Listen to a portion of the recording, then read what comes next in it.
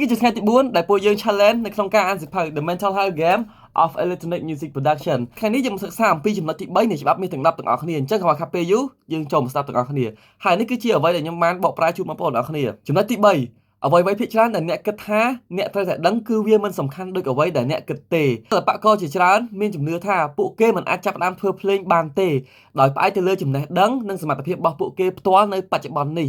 ដោយសារតែភាពភ័យខ្លាចពួកគេក៏ត្រៀមខ្លួនលើសកម្រិតតែចុងក្រោយវិញគឺមានតែភាពការខ្ជះខ្ជាយពេលវេលារាប់រយម៉ោងមើលវីដេអូបង្រៀនគ្រប់ប្រភេទសម្រាប់ style ចម្រៀងផ្សេងៗគ្នាពេលខ្លះពួកគេក៏អាចជ្រុលខ្លួនឈានចូលទៅដល់ទ្រឹស្ដីដែលមានភាពពិបាកក្នុងការយល់ប៉ុន្តែអ្វីដែលពួកគេមិនបានដឹងនោះគឺព័ត៌មានភាគច្រើនដែលពួកគេបានសិក្សាទាំងអស់នេះគឺនឹងរអិលចេញពីខួរក្បាលពួកគេទៅវិញហើយមិនបានចូលទៅក្នុង toolbox ទេ toolbox នេះមានន័យថា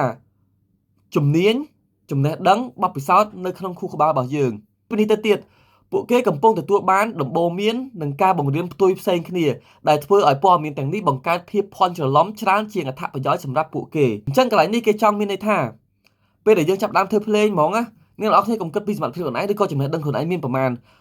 បើកកុំព្យូទ័របើកដរមកភ្លាមចាប់ដើមធ្វើភ្លេងភ្លាមកុំខ្វល់ហើយកុំគិតថាអូខេខ្ញុំធ្វើអានេះបានទេខ្ញុំតទៅមើល YouTube គេបរៀនអានេះមួយសិនមើលម្នាក់នេះមួយហើយទៅមើលម្នាក់នេះមួយទៀតអ្នកនេះមួយទៀតព័ត៌មានដែលយើងទទួលបានខុសគ្នាទាំងអស់អ្នកនេះប្រាប់ផ្សេងអ្នកនោះប្រាប់ផ្សេងអ្នកនេះគេរៀបក្បួននេះអ្នកនេះគេក្បួននេះអញ្ចឹងចាំប្រាប់អ្នកនេះថាចេះភ្លេងបើសិនជាយើងអត់គ្នាតាំងចិត្តថាធ្វើដោយសុបាយដូចខ្ញុំតែប្រាប់អ្នកនេះធ្វើមកសុបាយធ្វើកុំ stress ធ្វើមិនធ្វើចេញពីចិត្តរបស់យើងបើយើងដាក់សម្ពាធខ្លួនឯងយើងអត់ទៅមុខទេហើយយើងត្រូវគិតថាចេះយើងមានថ្ងៃល្អយើងមានថ្ងៃអត់ល្អយើងមានថ្ងៃខ្លះយើង creativity យើងបង្កើតបានអីថ្មីថ្ងៃខ្លះយើងអត់បានបង្កើតអីថ្មីទេតែក៏មិនអន់សម្ពូនចិត្តអាហ្នឹងគឺវា this is how it work អាហ្នឹងរបៀបដំណើរការនៃការ process ទូទៅនៃជីវិតរបស់មនុស្សយើងហ្មងជាពិសេសអ្នកធ្វើភ្លេងគាត់យល់អារម្មណ៍មួយហ្នឹងហើយគេនិយាយទៀតថាពេលយើងចាប់ផ្ដើមធ្វើភ្លេងយើងធ្វើទៅយើងកុំទាន់ផ្ដោតអីផ្សេងថាយើងចង់ធ្វើដូចនេះឬក៏យើងត្រូវតែមើលនេះសិនចាប់ផ្ដើមធ្វើអ្វីដែលយើងមានពីខ្លួនយើងសិនពីព្រោះអីនៅពេលដែលយើងធ្វើអីចេញពីខ្លួនយើងភ្លាមយើងអត់មានអ្វីមួយមកប្លុករបស់យើងអត់ប្លុកខួរក្បាលយើងសម្រាប់ការបើចង់ធ្វើអ្វីរបស់យើងតទៅមុខឯងប៉ុន្តែដល់ថ្ងៃគិតថាចង់ធ្វើដូចនេះខ្ញុំទៅមើលនេះសិនដល់ពេលយើងធ្វើឲ្យបានដូចគេយើងខកចិត្តយើងអត់សប្បាយចិត្តយើងគិតថាសមត្ថភាពយើងអត់ដល់ហើយហ្នឹងហើយបានជាវាជាហេតុផលមួយចាប់ផ្ដើមនាំយើងឲ្យឈប់ធ្វើភ្លេងអត់សប្បាយចិត្តជាមួយខ្លួនឯងតូចចិត្តគិតថាអត់ល្អ